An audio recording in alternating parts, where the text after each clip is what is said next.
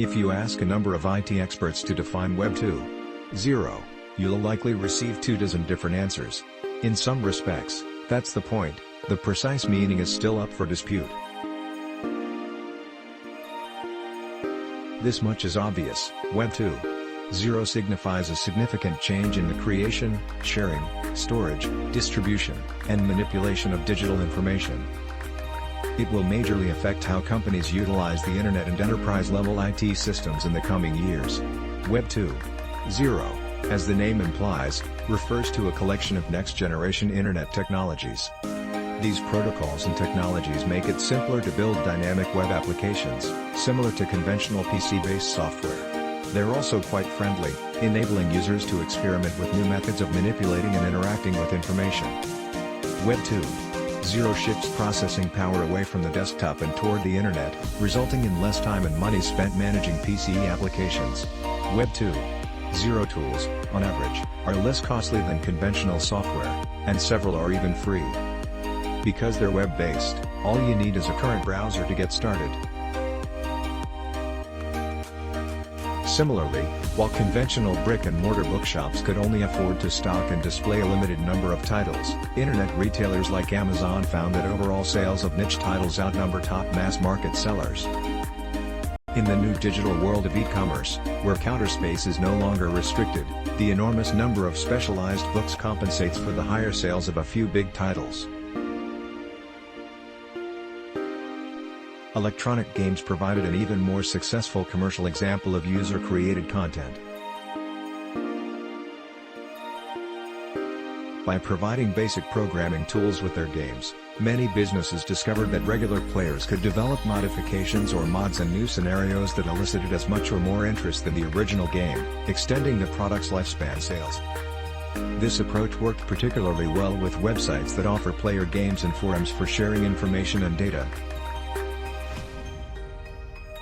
Web 2.0 has been difficult to define precisely because the idea encompasses a wide range of objectives and expectations for the future of the internet and electronic publication in general. Tim Berners-Lee, the creator of the World Wide Web, was a vocal opponent of Web 2.0, claiming that Web 1.0 was all about connecting people. If you define Web 2.0 as blogs and wikis, then you're talking about people to people. But that's exactly what the web was intended to be from the start. The history of Web 2.0, the advancements provided by Ajax and other programs like RSS and Eclipse and the user empowerment they allow are the fundamental components of Web 2.0. The phrase Web 2.0 was created by Darcy DiNucci, an information architecture expert. In her essay Fragmented Future, published in 1999, she said that the web as we know it today, which loads into a browser window and basically static screenfulls, is just the beginning of what's to come. The first glimmers of Web 2.0 are emerging, and we're just getting a glimpse of how that embryo could grow. The web will be seen as a transportation system, the ether through which interaction occurs, rather than a screen collection of text and images. Following a symposium on next-generation web ideas and problems hosted by O'Reilly Media and Media Live International in 2004, Tim O'Reilly is widely credited with popularizing the phrase.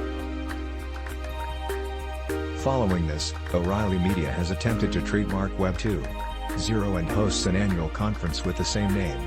Features of Web 2.0. The following are the main features of Web 2.0 in general. Web-based apps are accessible from any location.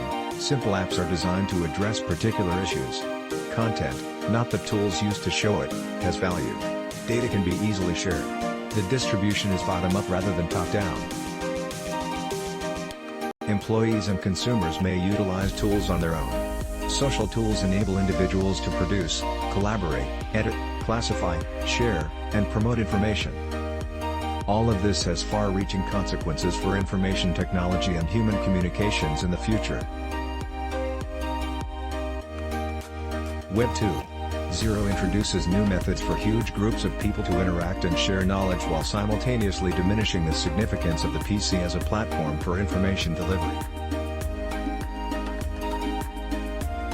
When both the apps and the data feeds are available online, any device may act as an information terminal: your phone, your music player, the computer you're using right now, and the computer you'll be using next year.